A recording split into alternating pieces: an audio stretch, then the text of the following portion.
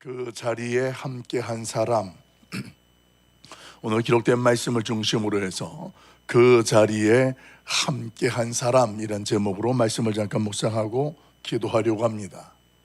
오늘 말씀의 그 자리라는 곳은 어디를 말할까요? 사실은 이 그 자리는 앞에서 소개해드렸던 함께 나누었던 길르앗 라못이라는 지역을 중심으로 해서 일어났던 전쟁과 관계하여서 이제 그 전쟁을 위하여서 이야기했던 사람들이나 또 전쟁을 마치고 또 돌아온 사람들의 모습을 전체를 통틀어서 그 자리다 이렇게 설명할 수 있습니다. 우리가 아는 것처럼 길르앗 라못의 전투를 앞두고 승리를 장담하며 올라갔던 아합 왕과 여호사밧이 있었습니다. 이 두 왕이 함께한 이 전쟁의 현장 속에서 결과는 어땠느냐? 참패했습니다. 참패하여서 아합의 시체를 앞세우고 귀환하는 모습, 여러분 그 모습을 상상해 보십시오. 하나님께서 이기게 하실 것이다, 승리를 1차, 2차를 했던 것들을 기억하면서 이제 길르앗 라못 전쟁터에서 올라갔었는데 싸늘하게 그 북이스라엘의 왕의 시체만 앞세우고 돌아오는 거예요. 근데 당시에 그 자리에 또 누가 있었느냐면 아합의 아내 되는 왕후 이세벨도 그 자리에 있었습니다. 이세벨만 있는 것이 아니라 아합 왕의 귀를 즐겁게 해주던 선지자들도 있었습니다. 한번 여러분 상상해 보세요. 전쟁 치르기 전에 그 분위기와 그 말들을 했던 사람들이 전쟁에 패하고 왕이 죽고 지금 본국으로 다시 돌아오고 있는 겁니다. 그 현상 속에 싸늘하게 식었던 아합의 시체가 보이고, 그리고 병거를 씻는 모습, 병거를 씻는 가운데 그 우물가에 그 핏물을 어디선가 개들이 와서 그 핏물을 핥아 먹습니다. 여러분, 이런 모습들, 조금 전에 읽었던 38절에 있는 내용을 보면 그런 내용들이 너무도 리얼하게 잘 설명되어져 있습니다. 여러분, 그런 상황에서 아합의 승리를 장담하던 이 거짓 선지자들과 또 그 반면에 하나님의 말씀을 전하면서 아합의 죽음을 예언하였던 이 미가야 선지자의 선포를 들었던 백성들, 그 자리에서 그 모습을 보면서 그들은 무슨 생각을 했을까요? 수많은 사람들이 앞에서 있었던 일들과 이야기와 그리고 지금 전쟁에서 패하여서 참혹한 현실이 되어진 것들을 보면서 그들은 한 가지의 생각에 모두 집중하게 되었을 것입니다. 그들 모두는 38절에 소개되어지는 말씀대로 여호와의 하신 말씀같이 되었다. 여호와의 하신 말씀같이 이게 그대로 되었구나라는 그 말씀의 성취를 직접 경험하게 되는 것입니다. 그러면서 그들은 오늘 이 하나님의 예언에 대해서, 하나님의 말씀은 한치의 오차도 없이 그 말씀은 그대로 성취되어진다라는 분명한 사실을 확실히 믿게 되었고, 그 이후에 하나님의 말씀을 근거로 한 두려움들을 갖게 되었을 것이 아마도 자명할 것입니다. 여러분, 오늘 그러니까 38절에서 여호와의 말씀같이 되었다라는 그 한 말씀은 무엇을 전제해주고 있느냐면 지금까지 요란하였던 아합 왕에 대해서 그가 여러 가지 업적들을 많이 이루었고 또 만들고 했었습니다. 그러나 그런 이 아합 왕이라 할지라도 오늘 그 모든 그의 업적은 뭐가 되는 겁니까? 거품이 되는 거예요. 헛된 인생, 비참한 인생으로 오늘 마무리되어지고 오직 여호와의 말씀만이 영원하다라는 분명한 사실을 오늘 성경은 저와 여러분에게 선포하고 깨닫게 해줍니다. 우리 39절 40절 말씀을 한 번 더 읽어보도록 합니다. 39절 40절 같이 봐요. 시작. 아합의 남은 행적과 그가 행한 모든 일과 그가 건축한 상하궁과 그가 건축한 모든 성읍은 이스라엘 왕 역대질에게 기록되지 아니하였느냐. 아합이 그의 조상들과 함께 잠에 그의 아들 아하시야가 대신하여 왕이 되니라. 아멘. 화려한 모든 것이 아무것도 아니라는 거예요. 당시에 이 아합 왕은 얼마나 나름대로 자신들이 나라를 짓고 싶어 정략 결혼으로 이세벨이라는 여인도 여호사밧이라는 왕도 이 조약을 맺으면서 나라를 잘 세우려고 했었습니다. 그 목적에 우상 숭배도 마다하지 않았고 심지어 이 갈멜산에서 영적인 전투까지 이루고 가뭄 가운데에 그 백성들의 고통 속에 어떻게 하면 이 문제를 쉽게 풀어갈 수 있을까 해서 고민도 했고 빼앗겼던 땅도 다시 되찾고 싶어서 전쟁도 치르고 하여간 이 아합 왕은 나름 보면 자신의 계획 속에서 수많은 일들을 계획도 하였고 실행도 했습니다. 그런데 결국 어떻게 되었습니까?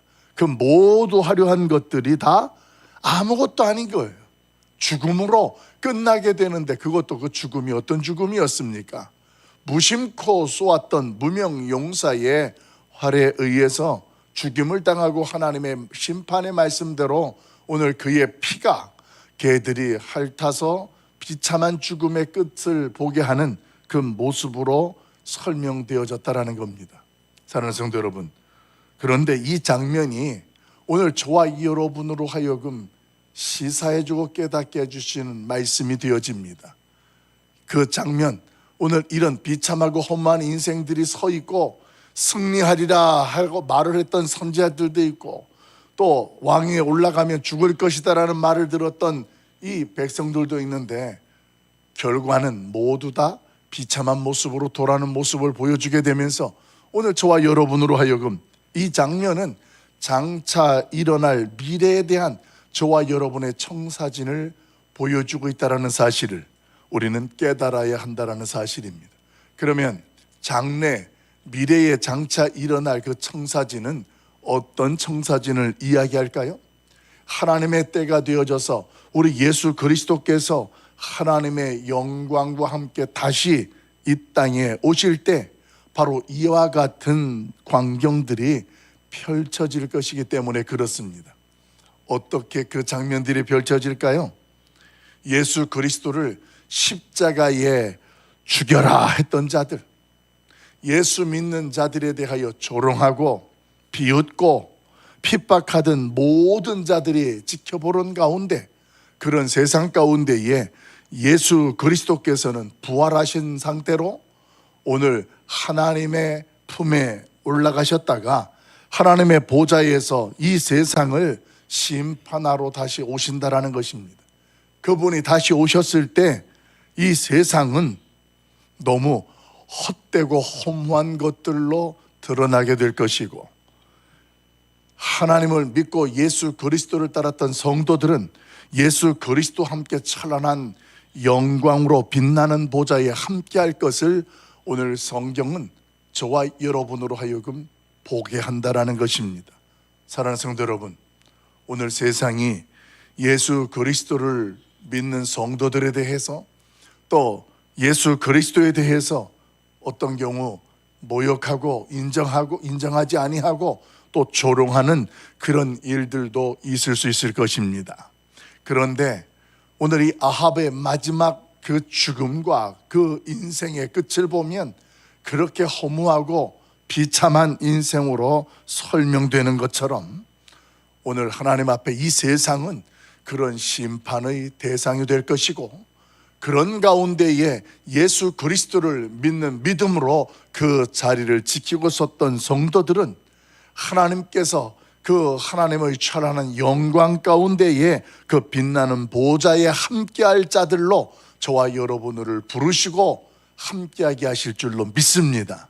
여러분, 우리는 아합 왕의 헛된 인생을 보면서 오늘 이 새벽에 하나님 앞에 감사될 것이 있어요. 때때로 우리의 모습 가운데 아합 같은 생각이 들 때도 있었고 아합 같은 행동을 할 때도 있었음에도 불구하고 하나님께서는 저와 여러분을 부르셔서 오늘 이 여로보암의 길로 가지 않도록 우리를 붙잡아 주시고 세워주셨다는 것. 그래서 장차 그 찬란한 하나님의 영광의 나라가 그때에 임할 때 그 자리에 저와 여러분들을 설 수 있도록 하나님께서 붙들어 주시고 인도해 주신다는 사실에 대해서 오늘도 그 하나님 앞에 감사할 수 있기를 예수님의 이름으로 간절히 축원합니다. 성경은 저와 여러분에게 분명하게 선언합니다. 어떻게 설명하느냐?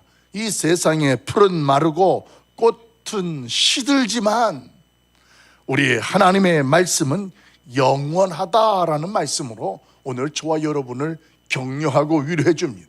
그렇습니다.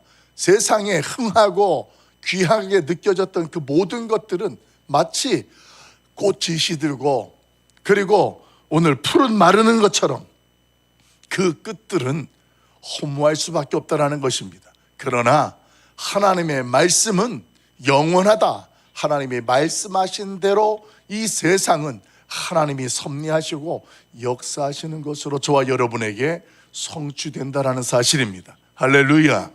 오늘 그래서 하나님의 말씀은 영원하다 이렇게 선포하고, 그리고 조금 전에 읽었던 38절 말씀 속에 오늘 분명히 깨닫게 하는 것은 여호와의 하신 말씀과 같이 되었더라라는 말씀으로 한 번 확인시켜주는 그 메시지로 오늘 이 시대를 살아가는 우리로 하여금 그 하나님의 말씀 앞에 서고 그 말씀을 우리가 굳게 기대하면서 다시 오실 예수 그리스도, 오늘 그 예수 그리스도 앞에 오늘도 서고 나아가기를 말씀을 통하여 간구하고 있다는 것입니다. 어쩌면 여러분들이 살아가는 삶의 현실에서는 세상이 여전히 저와 여러분을 비웃고 그리고 조롱할 수도 있을 것입니다. 심지어는 우리로 하여금 감당할 수 없을 만한 고통도 느끼게 하는 핍박도 있을 수도 있을 것입니다. 그러나 오직 하나님의 말씀이 오늘도 우리의 소망이 되고 오늘 그 말씀을 붙들고 해와 같이 빛날 영광스러운 그 보좌를 기억하고 우리 모두가 그 자리를 향하여서 오늘도 한 걸음 한 걸음 나아가는 하나님의 사람들, 우리 모두 성도가 될 수 있기를 예수님의 이름으로 간절히 축원합니다. 그런데 여기서 한 가지 더 분별하고 나가야 될 것은, 그 자리라는 것은 우리가 생각하는 그때가 그 자리다라고 제한하면 안 된다는 것입니다. 왜냐하면 그때가 언제인지를 저와 여러분은 몰라요. 오늘이 그때가 되고 그 자리가 될 수가 있고 또 내일이 그때가 되고 그 자리가 될 수 있다는 이야기입니다. 그러므로 우리 하루하루를 살아가는 우리의 모습 속에 우리의 삶의 현장이 바로 그 자리가 된다는 것입니다. 할렐루야. 여러분, 오늘 한 주간을 살아가면서 그 자리에 함께하는 저와 여러분, 우리 모두가 될 수 있기를 예수님의 이름으로 간절히 축원합니다.